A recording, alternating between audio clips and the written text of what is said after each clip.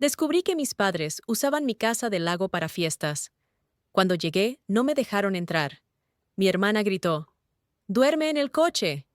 Guardé silencio, llamé a la policía y bloqueé sus cuentas.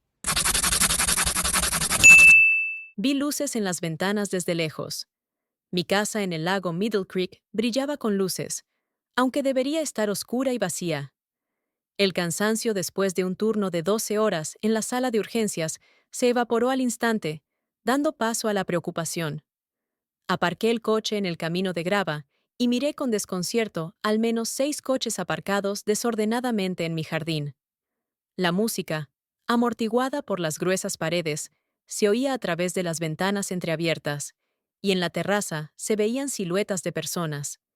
Mi primera idea fue que se trataba de un robo, pero luego reconocí el todoterreno de mi padre y el viejo sedán de mi madre. Me quedé paralizada por un momento, tratando de comprender lo que estaba pasando.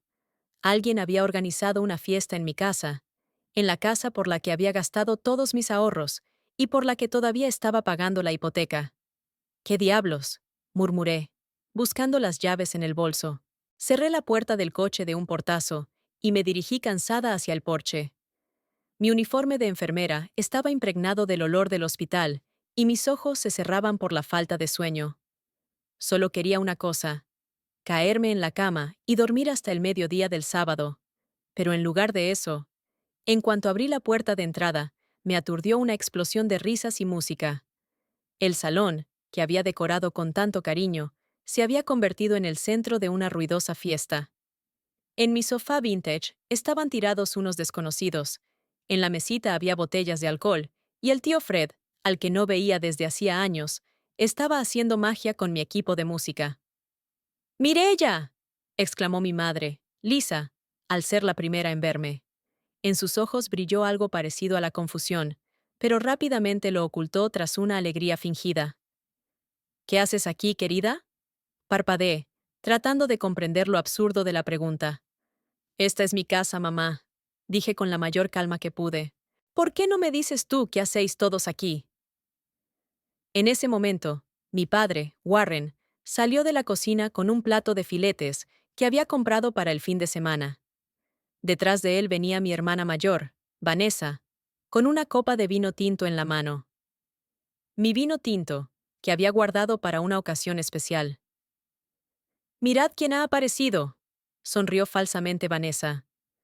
«Pensábamos que estarías de guardia hasta la mañana». «El turno terminó antes», sacudí la cabeza, todavía sin creer lo que estaba pasando. «Pero la pregunta es, ¿de dónde sacaron las llaves?». «No se las di a nadie». Se produjo una pausa incómoda. Mi padre fingió no haber oído la pregunta, y mi madre comenzó a arreglar nerviosamente el mantel de la mesa del comedor. Solo Vanessa me miraba desafiante, como si yo fuera la invitada no deseada. «Mamá, papá, ¿de dónde tenéis las llaves de mi casa?», repitió, sintiendo cómo la ira crecía en su interior. «Ay, Mirella, no hagas una montaña de un grano de arena», dijo mi madre, restándole importancia. «Solo hicimos unas copias. Para casos de emergencia, ¿entiendes?». «¿Y cuál es la emergencia ahora?». Eché un vistazo a la habitación, donde al menos 15 personas bebían, comían y se divertían. «Judy y Paul cumplen 40 años juntos», explicó mi padre en un tono que lo decía todo. «Queríamos darles una sorpresa. Y tu casa es el lugar perfecto para la fiesta». Miré fijamente a una pareja de ancianos desconocidos que estaban en un rincón de la habitación. Me saludaron con la mano, avergonzados. «¿Y desde cuándo organizan fiestas aquí?», pregunté, empezando a adivinar por qué, después de algunas de mis ausencias, la casa no estaba como la había dejado. Mis padres se miraron. Esa mirada me dijo más que cualquier palabra. «Escucha, cariño». Mi padre me puso la mano en el hombro. «De todos modos, solo vienes aquí los fines de semana, y eso no todas las semanas. Y nosotros tenemos eventos familiares. Y la casa no debe quedarse vacía», añadió mi madre. «La cuidamos, regamos tus flores. Podrían simplemente preguntarme». Sentí que las lágrimas me subían a la garganta. «Es mi casa. He trabajado horas extras durante 3 años para ahorrar para la entrada. Dios mío, No empieces con tu cantinela de «lo he hecho todo yo sola», dijo Vanessa poniendo los ojos en blanco. Todos sabemos lo orgullosa que estás de tu casita. Su tono despectivo fue la gota que colmó el vaso. ¿Casita?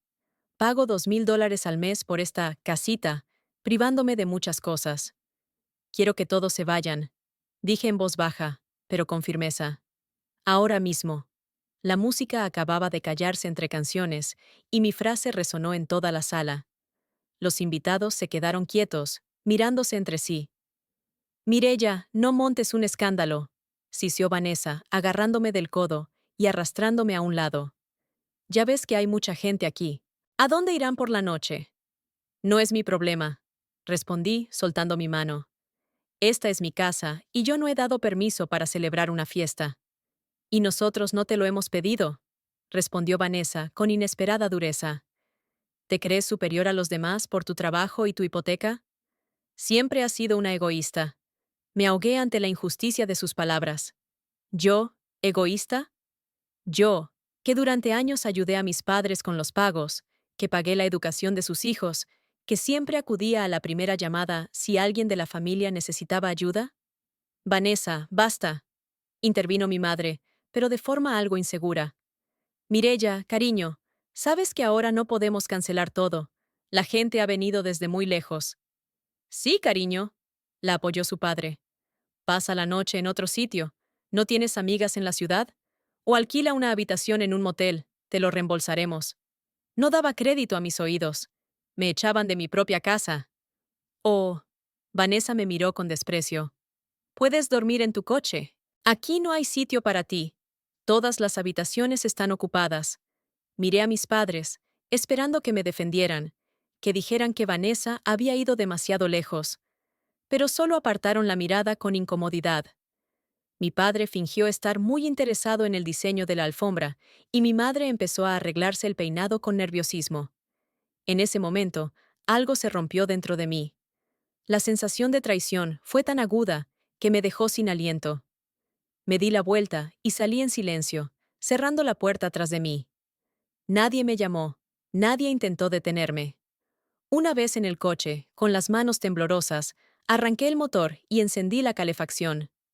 Las noches de abril en Middle Creek aún son frías. Las lágrimas corrían por mis mejillas, pero ni siquiera intenté secarlas. ¿Cómo pudieron? ¿Cómo pudieron mis seres queridos hacerme esto? Los minutos se convirtieron en horas. La música resonaba en la casa, y en la terraza aparecían de vez en cuando las siluetas de los invitados fumando.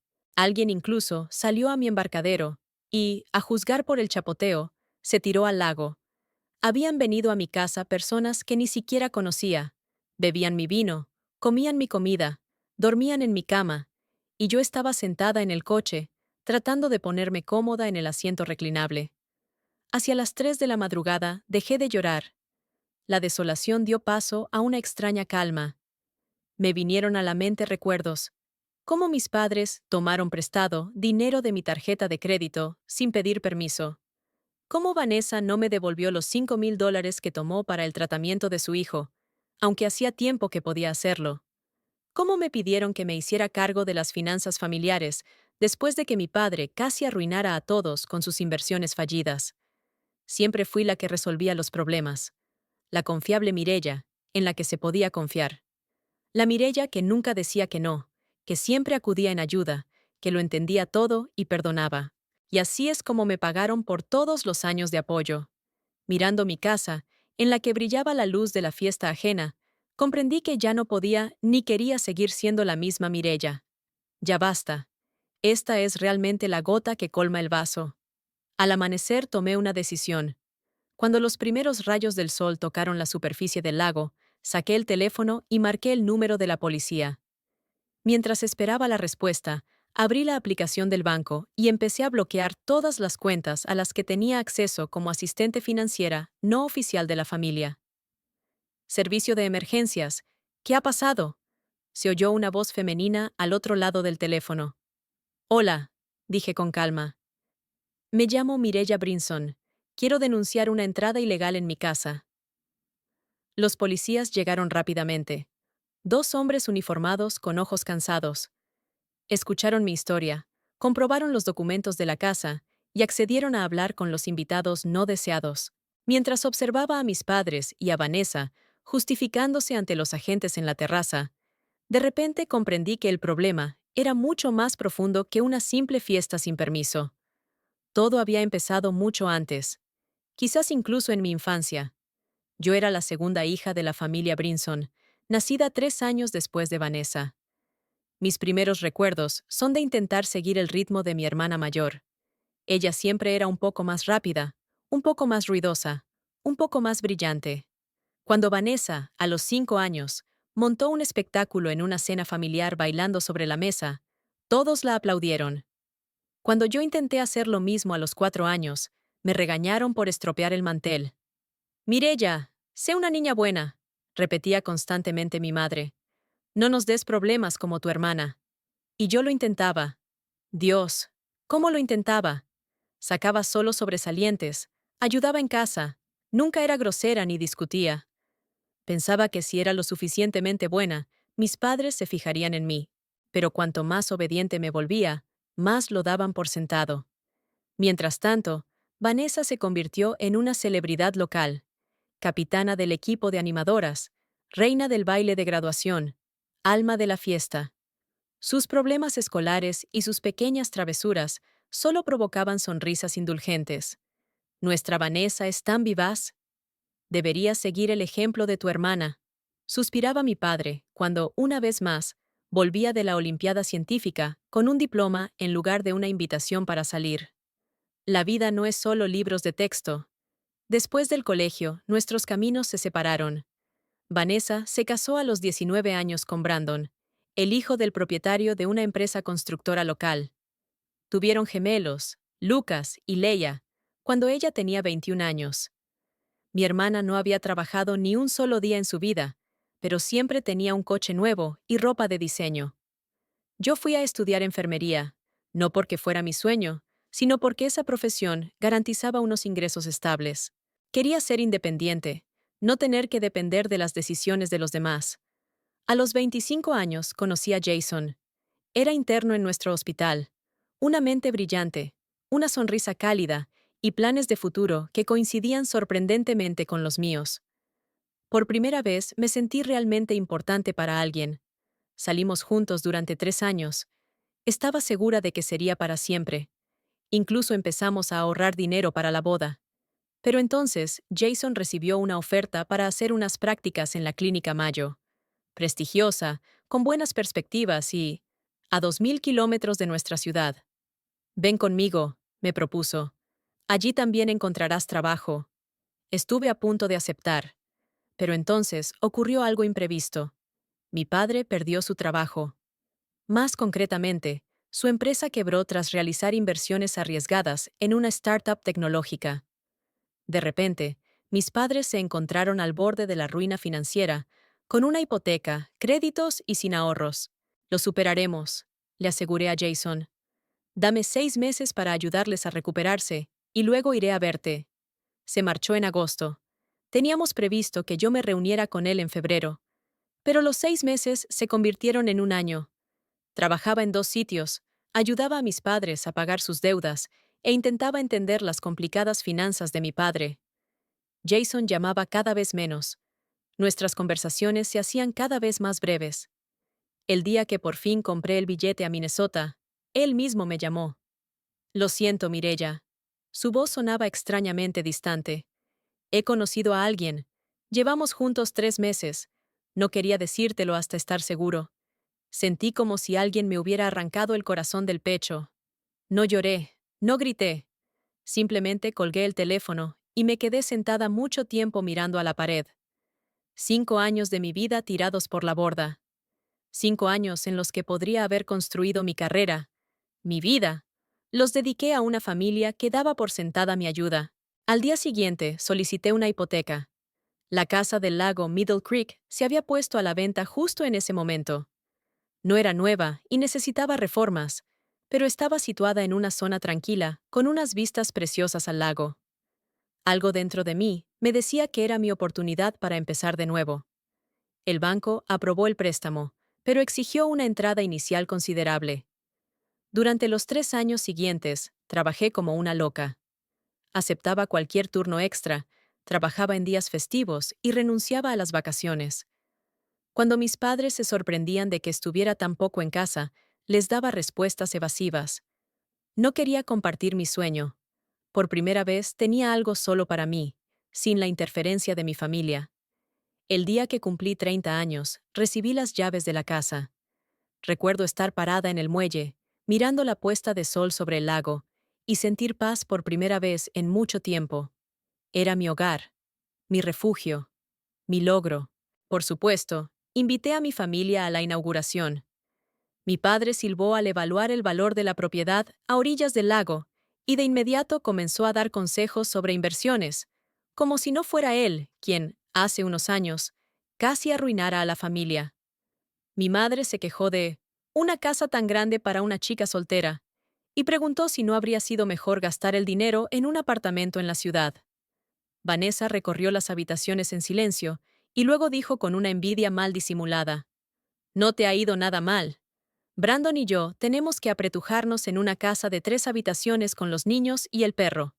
Nadie dijo: «Estamos orgullosos de ti, Mireya». Nadie reconoció lo difícil que me había resultado. Sin embargo, mi vida cambió para mejor. La casa del lago se convirtió en un lugar donde podía ser yo misma. Iba allí los fines de semana, y, a veces, me tomaba unos días libres entre semana para pasar unos días en silencio. Pinté las paredes de colores vivos, que mi conservadora madre nunca habría aprobado. Adopté una gata, una peluda Marta tricolor, que había sido abandonada por sus antiguos dueños. Aprendí a cocinar platos complicados, simplemente porque me gustaba experimentar en mi cocina. Y entonces volvieron los problemas financieros de mi padre. Esta vez no se trataba de una quiebra, sino de facturas impagadas y créditos vencidos. Mi madre lloraba por teléfono, contándome que podían perder la casa. Volví a acudir en su ayuda. Pagué las deudas más urgentes, organicé los pagos y elaboré un presupuesto. «Dame acceso a las cuentas», le propuse. «Me encargaré de que todo se pague a tiempo». Así es como me convertí en la gestora financiera no oficial de la familia Brinson. Pagaba las facturas de mis padres, controlaba los gastos y les daba dinero regularmente cuando les faltaba hasta que cobraban la nómina.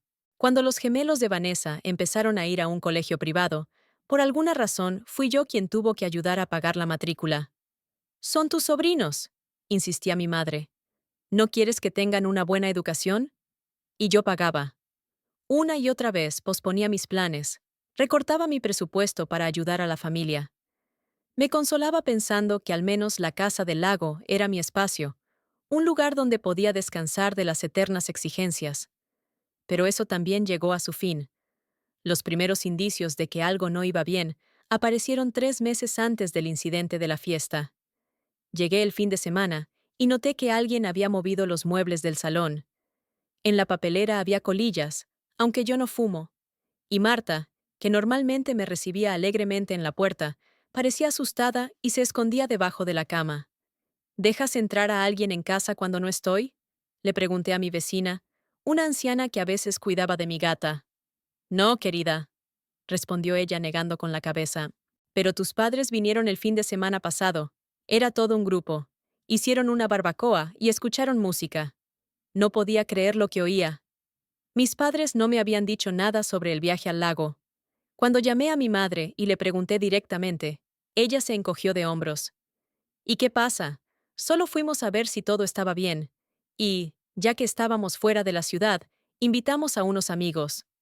«Mamá, debías haberme pedido permiso. Es mi casa». «Dios mío, Mireya, eres tan posesiva», suspiró. «Somos tus padres. Por supuesto que tenemos derecho a usar tu casa de vez en cuando.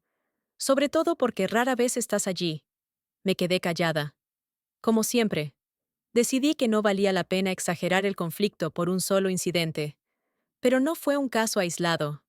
Ahora, al recordar los pequeños detalles, los nuevos arañazos en la mesa, los libros desplazados en las estanterías, las extrañas manchas en la alfombra, comprendí que solían organizar fin de semana en familia en mi casa, sin mi conocimiento, sin mi permiso. Probablemente, desde el momento en que compraron la casa. Miré a mis padres, que hablaban con los policías, y sentí cómo la amargura crecía dentro de mí. Toda mi vida había intentado ser una buena hija, había apoyado a mi familia, había sacrificado mis intereses por ellos, y ellos percibían mi bondad como debilidad, mis bienes como propiedad común, y mis límites no existían en absoluto. Vanessa discutía acaloradamente con los agentes, gesticulando con las manos. Al notar mi mirada, me hizo un gesto obsceno con el dedo medio cuando los policías se dieron la vuelta. Ahí estaba mi familia. Personas dispuestas a echarme de mi propia casa y luego acusarme de traición por intentar defender mis derechos. El agente se acercó a mí con una libreta en la mano. Señorita Brinson, sus familiares afirman que tienen las llaves porque usted misma les dio copias. Eso es mentira, respondí con firmeza. Nunca les di las llaves. Hicieron copias sin mi conocimiento ni consentimiento. Sabía que esto era solo el principio, que me esperaba una larga y dolorosa conversación con mi familia, que los patrones de relación establecidos durante años no cambiarían de la noche a la mañana. Pero ya no estaba dispuesta a ceder. Era hora de recuperar no solo la casa, sino también el control sobre mi propia vida. La niebla matinal sobre el lago aún no se había disipado cuando llegó el coche de la policía. Esta vez vino otra patrulla, una mujer policía corpulenta con el pelo corto y un chico joven con cara seria. Estaba de pie en el porche, con los brazos cruzados sobre el pecho, observando cómo aparcaban junto a los coches de mis familiares. La noche en el coche había dejado huella. Me dolía la espalda, me rompía la cabeza, pero mi determinación solo se había reforzado. «Señorita Brinson», preguntó la mujer oficial, presentándose como Linda Morgan. «¿Ha llamado por una entrada ilegal?» «Sí, esta es mi casa». Le tendí la carpeta con los documentos. «Y hay gente dentro sin mi permiso». La agente Morgan revisó los papeles, asintió a su compañero y se dirigió a la puerta. Lo seguí con el corazón latiendo con fuerza. Durante la noche había repasado esa escena en mi cabeza decenas de veces, pero la realidad seguía poniéndome nerviosa. Cuando se abrió la puerta, el salón estaba en penumbra y en silencio. La fiesta había terminado, pero había rastros por todas partes. Botellas vacías, platos sucios, vasos volcados. El aire olía a alcohol y humo de cigarrillo. «¡Policía!», anunció en voz alta la agente Morgan. «Todos los presentes al salón». Se oyó un alboroto arriba, luego voces apagadas y pisadas. La primera en aparecer en la escalera fue mi madre, con una bata de seda, el pelo revuelto y una expresión de absoluto shock en el rostro. «Mireya, ¿qué está pasando?», miró de mí a los policías. «¿Por qué has traído a la policía?». «Estas personas afirman que usted se encuentra en la casa ilegalmente, señora», intervino la agente Morgan. «¿Es usted pariente de la propietaria?». «Soy su madre», exclamó mi madre indignada. «¿Qué intrusión ilegal? Somos familia». Para entonces, el resto de la familia se había reunido en el salón. Mi padre, desaliñado tras una noche de borrachera. Mis primos, aún somnolientos. Mi tía Mark, en camisón. Y, por supuesto, Vanessa, que había bajado la última, tras maquillarse y vestirse como si fuera a salir de fiesta. «¿Te has vuelto loca?», siseó, mirándome. «¿Llamar a la policía para que venga a tu propia familia? Eso es muy bajo incluso para ti, Mireya». «Bien, vamos a aclarar esto». La agente Morgan levantó la mano, deteniendo el torrente de acusaciones. «¿Quién de ustedes tiene las llaves de la casa?». Se produjo una pausa incómoda. Entonces, mi padre sacó a regañadientes un manojo de llaves del bolsillo. «Yo», murmuró. «¿Y qué?». «Soy su padre. Tengo derecho a tener las llaves de la casa de mi hija». «Si ella le dio esas llaves, señor», precisó el joven oficial. «No me las dio», dije con firmeza. «Hicieron copias sin mi conocimiento». «¿Es eso cierto?». La oficial Morgan miró a mi padre.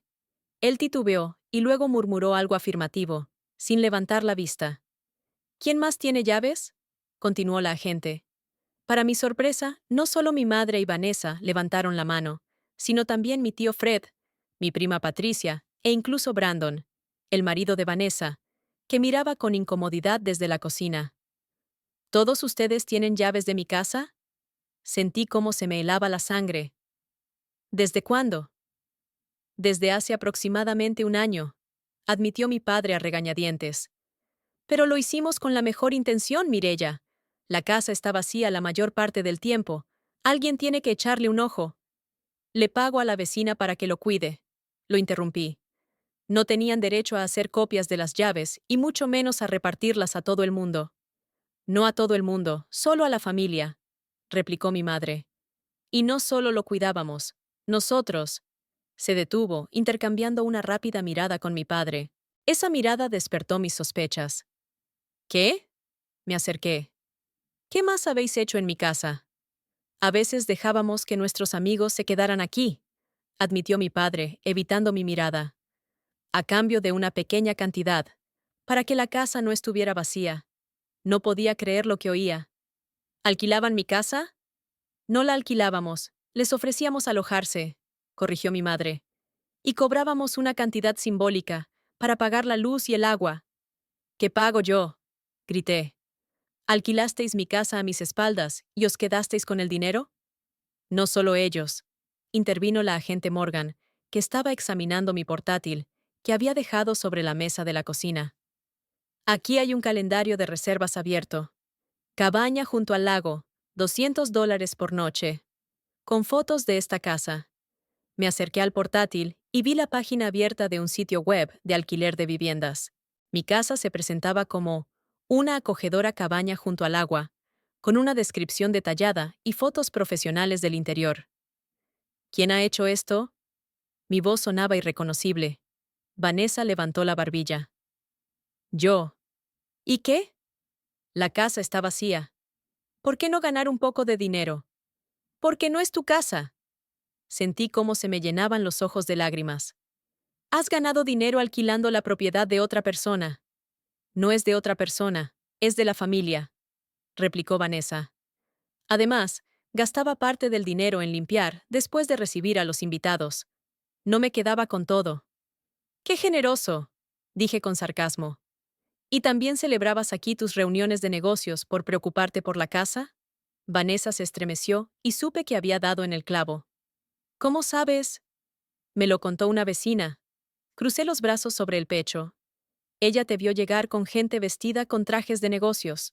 Usaste mi casa para impresionar a tus clientes, ¿verdad? Mi hermana se dedicaba a organizar bodas, un negocio en el que la reputación y la apariencia eran muy importantes. Por supuesto, reunirse con los clientes en una lujosa casa junto al lago daba una imagen más sólida que en su pequeño apartamento. Te hice un favor, replicó Vanessa. Me aseguré de que todo estuviera en orden mientras tú trabajabas día y noche. Y, en general, no te hagas la víctima. Siempre has sido egoísta. Te quedaste con esta casa para ti, aunque la necesita toda la familia. Señorita, intervino el agente Morgan. Alquilar la propiedad de otra persona sin el consentimiento del propietario es un delito. Usted obtuvo ingresos utilizando la propiedad sin permiso. Venga ya, ¿qué delito?, respondió Vanessa. Somos una familia. Todo lo compartimos. En ese momento sonó mi teléfono. Era el número del banco. ¿Mireya Brinson? Se oyó una voz femenina profesional al otro lado del teléfono. Somos del banco First National. Queremos confirmar una transacción de la cuenta familiar. Una solicitud de transferencia de $80,000.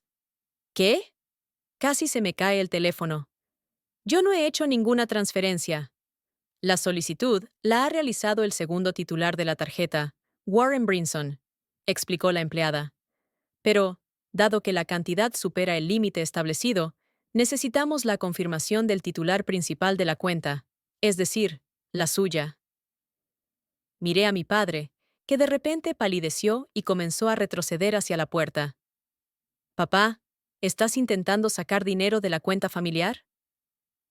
No es lo que piensas, murmuró. Solo es una pequeña precaución. Ya sabes lo importante que es tener una reserva de efectivo. Todo encajó. Temía que yo descubriera la verdad sobre el alquiler de la casa y decidió sacar el dinero antes de que yo bloqueara las cuentas. No confirmo la transferencia, dije claramente por teléfono. Es más, quiero bloquear todas las cuentas a las que tiene acceso Warren Brinson. Mientras hablaba con el banco, Mi padre intentaba explicar algo a la policía. Vanessa me gritaba, y mi madre lloraba en el sofá. Pero yo me sentía como si estuviera separada de ellos por un muro invisible. 10 minutos después, recibí la confirmación. Todas las cuentas conjuntas estaban bloqueadas hasta que se aclararan las circunstancias. ¿Qué has hecho?, sisió mi padre cuando colgué el teléfono. ¿Cómo vamos a pagar las facturas? Ahí está el dinero para las medicinas de tu madre. ¿Para las medicinas? Sonreí con amargura. ¿O para el nuevo yate del que hablaste ayer con tus amigos? Lo oí todo desde el coche, papá. No puedes tratarnos así, intervino mi madre, secándose los ojos con un pañuelo. Somos tus padres. Tienes la obligación de ayudarnos. No, no tengo ninguna obligación, negué con la cabeza. Os he ayudado durante años. He pagado vuestras facturas, saldado vuestras deudas, solucionado vuestros problemas financieros, y vosotros, a mis espaldas, habéis hipotecado mi casa y robado mi dinero. No dramatices, resopló Vanessa. Nadie ha robado nada, solo hemos compartido lo que te sobraba. No me sobra nada, le grité por primera vez. Tengo 2 trabajos para pagar la hipoteca y ayudaros a todos, y vosotros, habéis traicionado mi confianza. La agente Morgan carraspeó discretamente. Señorita Brinson, podemos redactar una denuncia oficial por allanamiento ilegal y fraude, si insiste. Miré a mi familia. El rostro asustado de mi madre, el de mi padre enrojecido por la ira, el de Vanessa con una mueca de desprecio. Estaban dispuestos a echarme de mi propia casa la noche anterior. Se habían aprovechado de mi bondad durante años. Y, sin embargo, eran mi familia. No voy a presentar ninguna denuncia, decidí. Pero necesito todas las llaves de la casa, todas las copias, y quiero que os vayáis todos inmediatamente. ¿Es tu última palabra?, soltó mi padre. ¿Después de todo lo que hemos hecho por ti? ¿Qué es lo que habéis hecho por mí, papá?, pregunté en voz baja. Nombra al menos una cosa que hayáis hecho por mí, y no yo por vosotros, en los últimos 10 años. Abrió la boca, pero no supo qué responder. Lo sabía, asentí.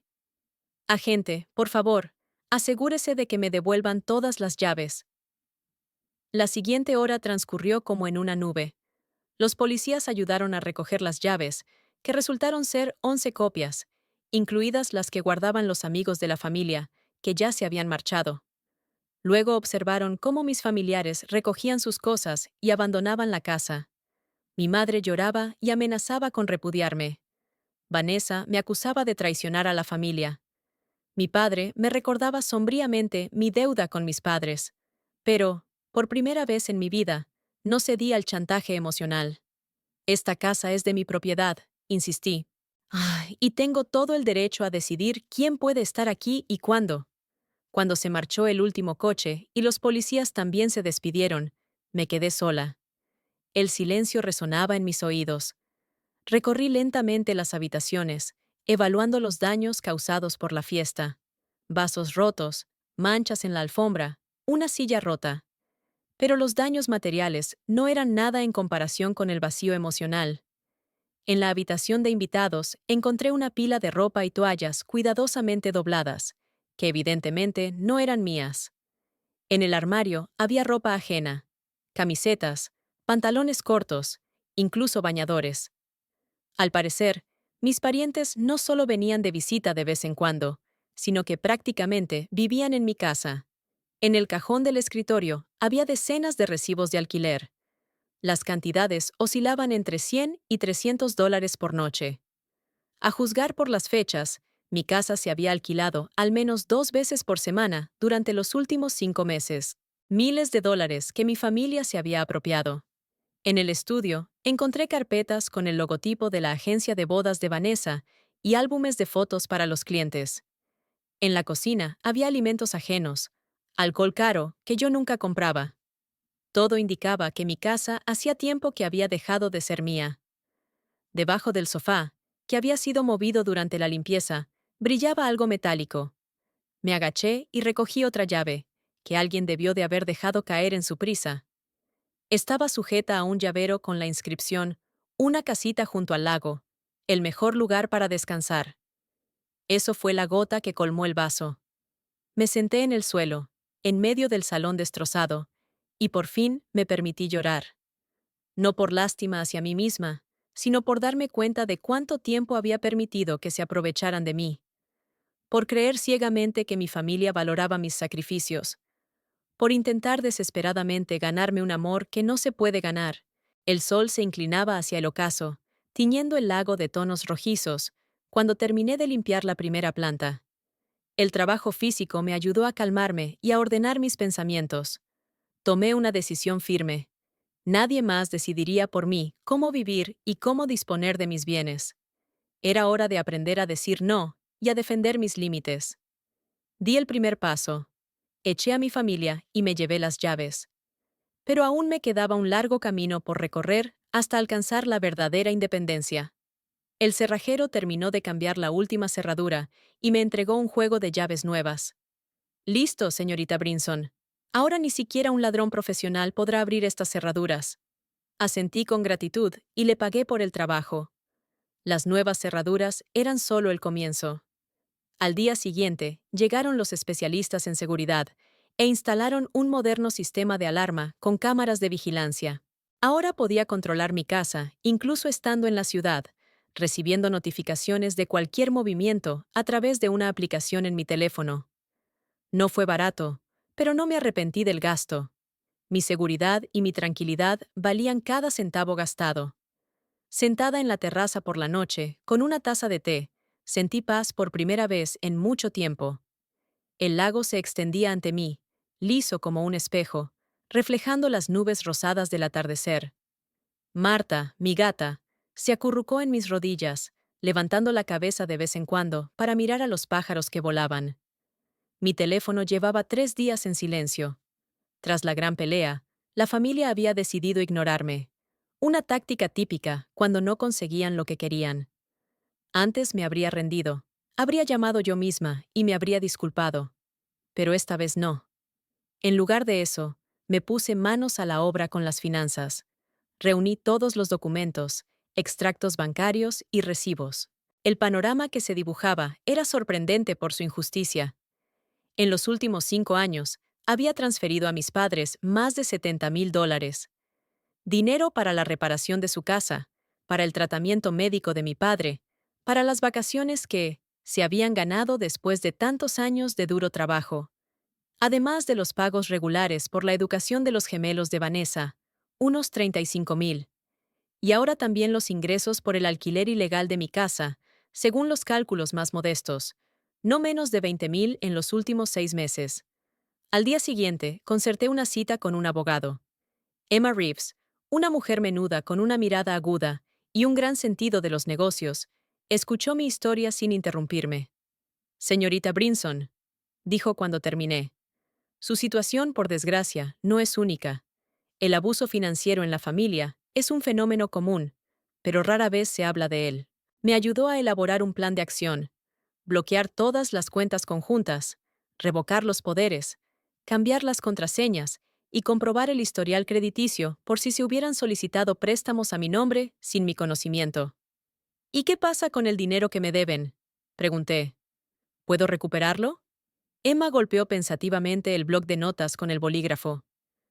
En teoría sí, a través de los tribunales, pero prepárese para un proceso largo y doloroso.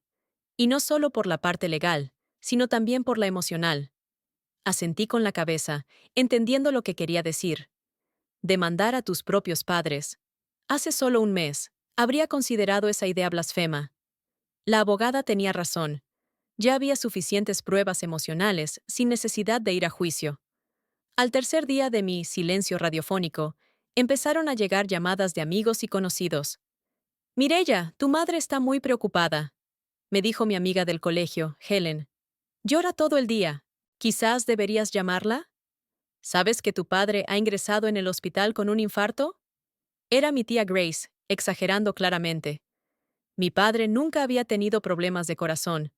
Lo más desagradable fue la llamada del pastor de nuestra iglesia, a la que a veces asistía en días festivos. Mireya, hija mía. Su voz rebosaba de falsa preocupación. Tus padres me han contado tus problemas. La ira es un pecado que corroe el alma. ¿Por qué no vienes a la iglesia para una consulta familiar? Rechacé educadamente, sintiendo la amargura de saber que incluso allí mi familia intentaba manipularme. En el trabajo también empezaron los problemas. Una enfermera de la sala contigua, prima de la esposa del hermano de Vanessa o algo así, empezó a difundir rumores sobre mi crisis nerviosa, sobre cómo supuestamente eché a mis padres a la calle en mitad de la noche, amenazándoles con llamar a la policía, sobre que vacié las cuentas familiares debido a mi paranoia. Afortunadamente, mis compañeros de trabajo más cercanos me conocían lo suficientemente bien como para no creer los rumores, especialmente después de que le mostrara a la enfermera jefe las fotos de la casa destrozada y le explicara la situación. Hiciste lo correcto, me dijo. La familia debe apoyar, no aprovecharse. El único punto positivo en ese periodo sombrío fue mi vecina del lago, Deirdre Sawyer. La conocía de vista, una mujer de unos 40 años, siempre con un libro, propietaria de una pequeña librería en la ciudad. Vino a verme una semana después del incidente, trayendo una cesta con galletas caseras y una botella de vino. Vi el coche de la policía y luego me di cuenta de que estabas cambiando las cerraduras, dijo simplemente. Pensé que quizá necesitarías una amiga. Esa noche hablamos hasta medianoche. Deirdre resultó ser una oyente increíble. No daba consejos, no juzgaba, solo hacía las preguntas adecuadas que me hacían analizar la situación más profundamente. ¿Sabes? Mi madre era muy parecida a la tuya, me confesó cuando le conté sobre sus constantes manipulaciones. Me llevó 10 años de terapia, comprender que su amor siempre estaba condicionado a mi obediencia. Deirdre me recomendó libros sobre la psicología del abuso emocional y me dio los datos de contacto de su terapeuta, la doctora Lauren Page. La primera sesión con la doctora Page fue dura. Hablaba y lloraba, lloraba y hablaba, sobre cómo había intentado toda mi vida ganarme la aprobación de mis padres, sobre cómo había sacrificado mis intereses por el bien de la familia, recibiendo a cambio solo nuevas exigencias, sobre cómo durante mucho tiempo no me había dado cuenta de lo tóxica que era esa relación. Vas por buen camino, Mireya, me dijo la doctora Page al final de la sesión. Ser consciente del problema es el primer paso hacia la curación. Pero prepárate. Cuando estableces límites saludables, aquellos que están acostumbrados a traspasarlos suelen resistirse con todas sus fuerzas. Tenía razón. 3 semanas después de mi desaparición, mis padres cambiaron de táctica. En lugar de mensajes airados y llamadas a través de terceros, me enviaron un correo electrónico con una disculpa. Querida Mireya, lamentamos profundamente lo sucedido. Hicimos mal al usar tu casa sin permiso. Por favor, reunámonos y hablemos. Te extrañamos mucho. Tus padres que te quieren. Antes, una carta así me habría derretido. Pero ahora, después de varias sesiones de terapia y largas conversaciones con Deirdre, me di cuenta de que esas palabras no reconocían el verdadero problema. No lamentaban los años de manipulación y abuso financiero, sino solo el hecho de haber sido descubiertos. Le mostré la carta a Emma, mi abogada. Es una táctica típica, asintió. El siguiente paso será amenazar con un juicio. No te preocupes, están fingiendo. La ley está totalmente de tu parte. Y, efectivamente, 2 días después llegó un nuevo mensaje, de mi padre, amenazando con demandarme por bloqueo ilegal de los fondos familiares. Reenvié la carta a Emma, quien redactó una respuesta oficial explicando por qué su demanda carecía de fundamento. Al día siguiente, mi madre me llamó por primera vez en un mes. Mireya, querida. Su voz sonaba inusualmente suave. Entiendo que estés molesta. Tu padre y yo queremos arreglar todo. Reunámonos y hablemos como adultos. Dudé. Una parte de mí aún anhelaba la reconciliación, una relación normal con mis padres. Quedamos en vernos en una cafetería del centro de la ciudad, en territorio neutral. Mamá vino sola, con su ropa de domingo, con un nuevo peinado y maquillaje. Me abrazó como si nada hubiera pasado y enseguida pidió mi pastel favorito. Te echábamos mucho de menos, cariño, me dijo mientras me cogía de la mano. Tu padre está muy nervioso. Habría venido él mismo, pero tiene problemas de salud. ¿Qué problemas? Pregunté alarmada. Nada grave, respondió ella con un gesto de indiferencia. Solo necesita un tratamiento. Caro, por supuesto. Pensamos en pedir un préstamo, pero con nuestro historial crediticio. Y ahí estaba, la verdadera razón de la reunión. No eran disculpas, ni reconciliación, sino otra petición de dinero. Mamá siguió hablando del tratamiento, de lo importante que era el apoyo familiar, de que la sangre no es agua. Y yo la miraba y veía a través de todas esas manipulaciones. Mamá, la interrumpí con suavidad, pero con firmeza. No voy a pagar el tratamiento de papá.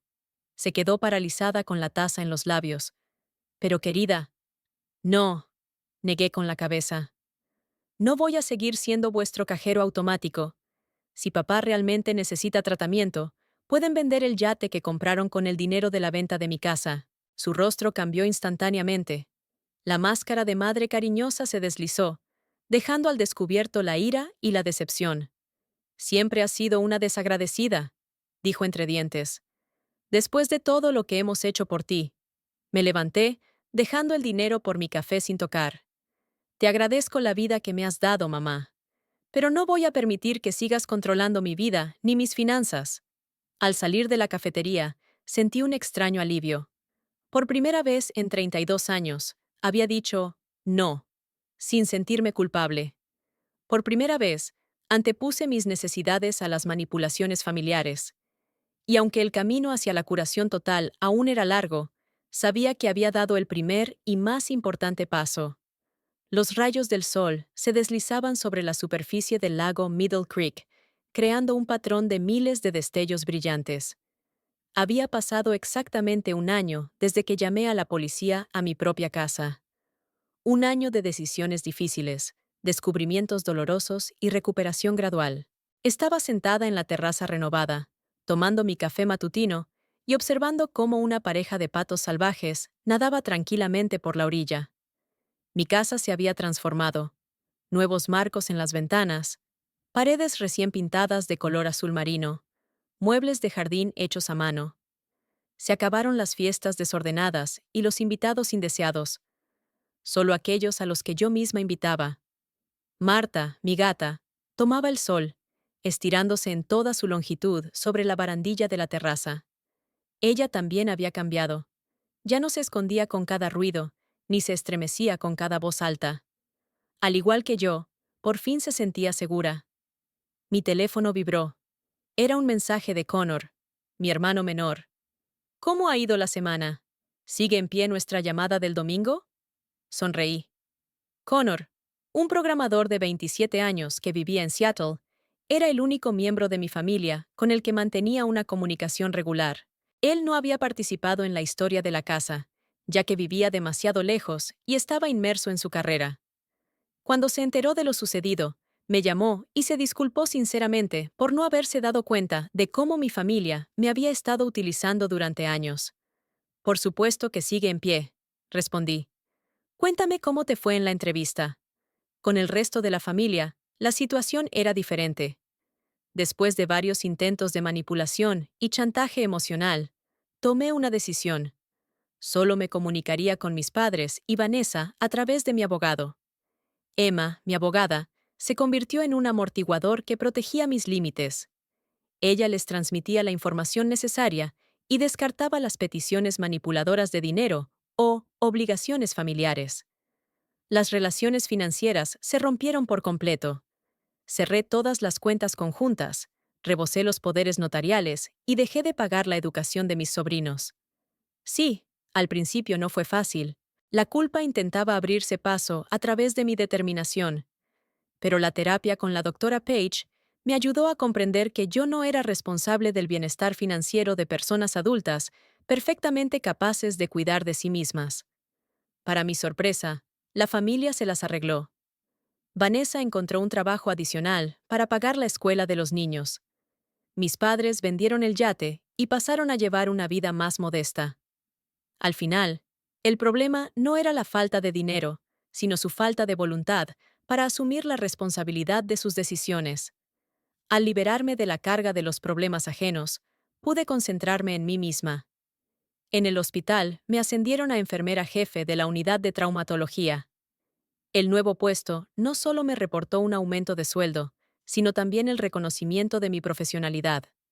Dejé de aceptar todos los turnos extra seguidos y aprendí a valorar el tiempo libre y el descanso.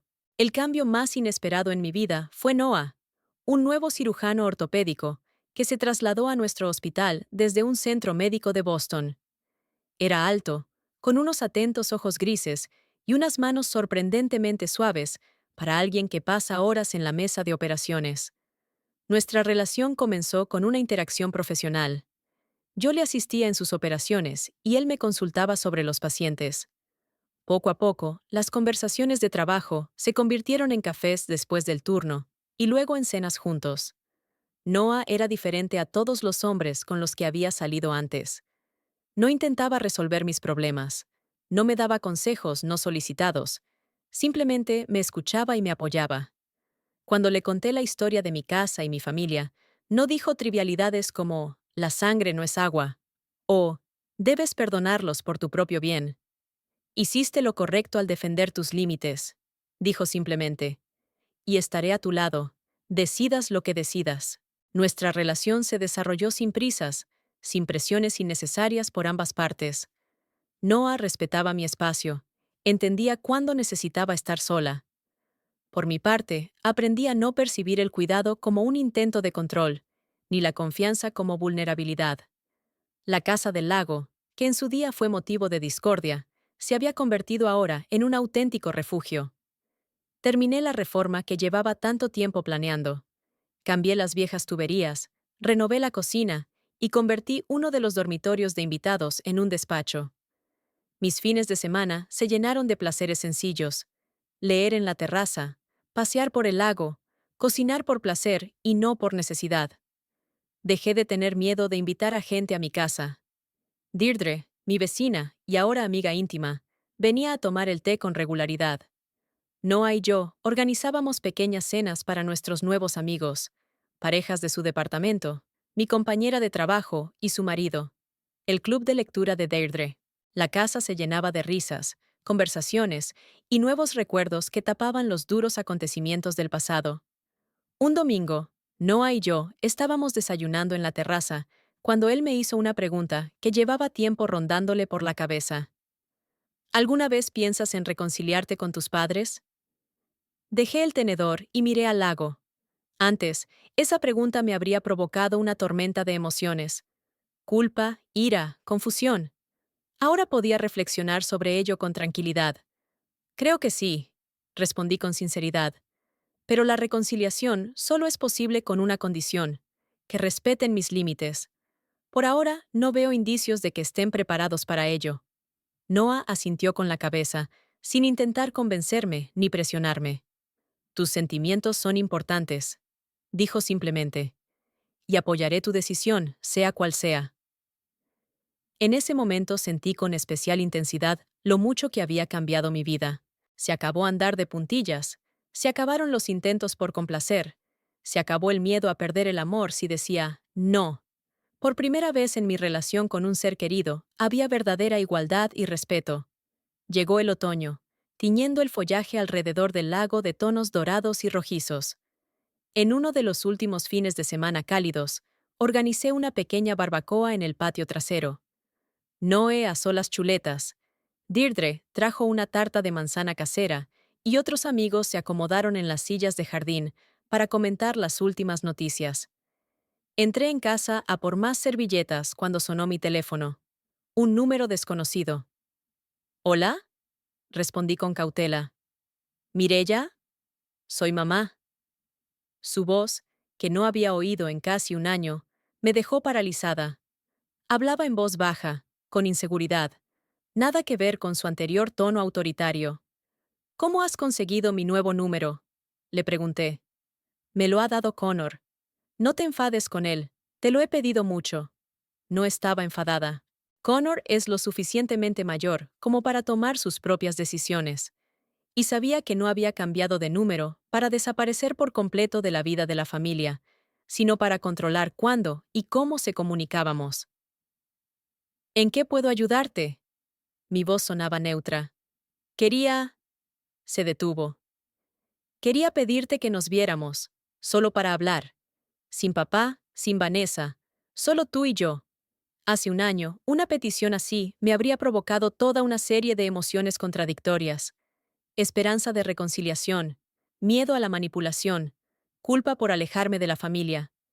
Pero ahora solo sentía una tranquila seguridad. ¿Por qué, mamá? Pregunté directamente. He comprendido muchas cosas este año. Su voz tembló.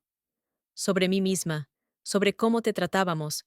Creo que tenemos cosas de las que hablar. Me quedé en silencio, reflexionando sobre sus palabras.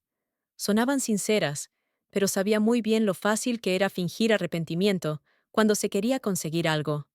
Lo pensaré, respondí finalmente. Y me pondré en contacto contigo si decido que quiero verte. Gracias, suspiró. Esperaré. Después de la llamada, volví con los invitados, pero no podía dejar de pensar en la conversación con mi madre. Por la noche, cuando todos se habían ido, se lo conté a Noah.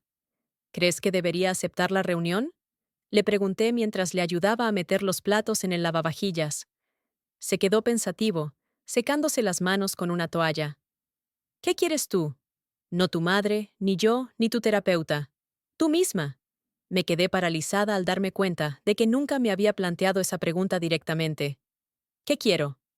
No lo que es correcto, ni lo que se espera, sino ¿qué necesito? Quiero intentarlo, dije lentamente. Pero en mis condiciones, sin volver al modelo anterior de relación. Noah asintió. Entonces hazlo. Establece tus condiciones, marca los límites, y recuerda que siempre puedes dejar de comunicarte si se vuelve tóxico.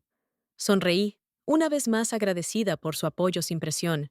A la mañana siguiente, antes de partir hacia la ciudad, bajé al muelle para sentarme unos minutos junto al agua. El sol matutino teñía el lago de un delicado color rosa, y una ligera niebla se cernía sobre la superficie.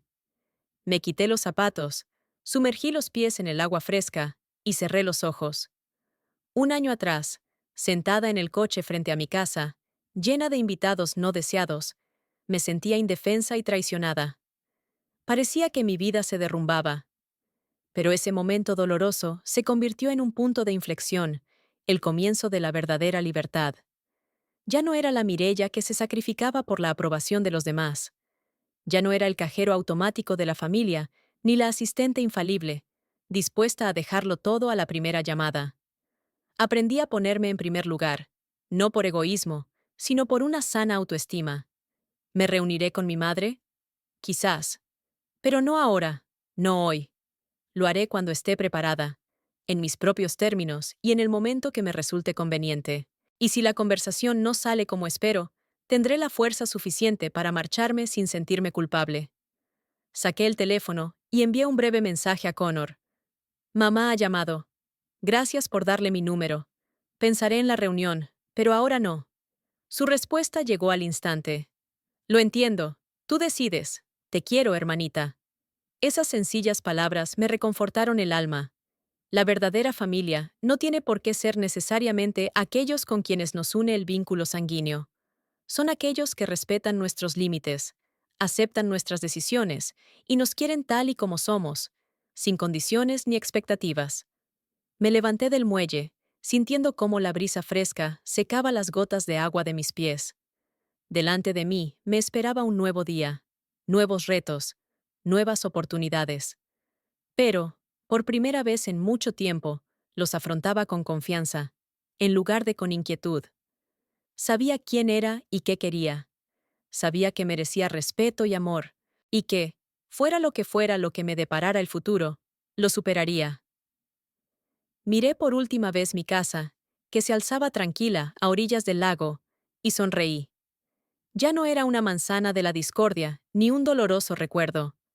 Se había convertido en lo que debía ser desde el principio, mi lugar bajo el sol, mi refugio, mi hogar. Amigos, vuestro apoyo es muy valioso para nosotros. No olvidéis que la familia es el tesoro más preciado. Nos vemos en los próximos vídeos. Suscribíos y dejad vuestros comentarios.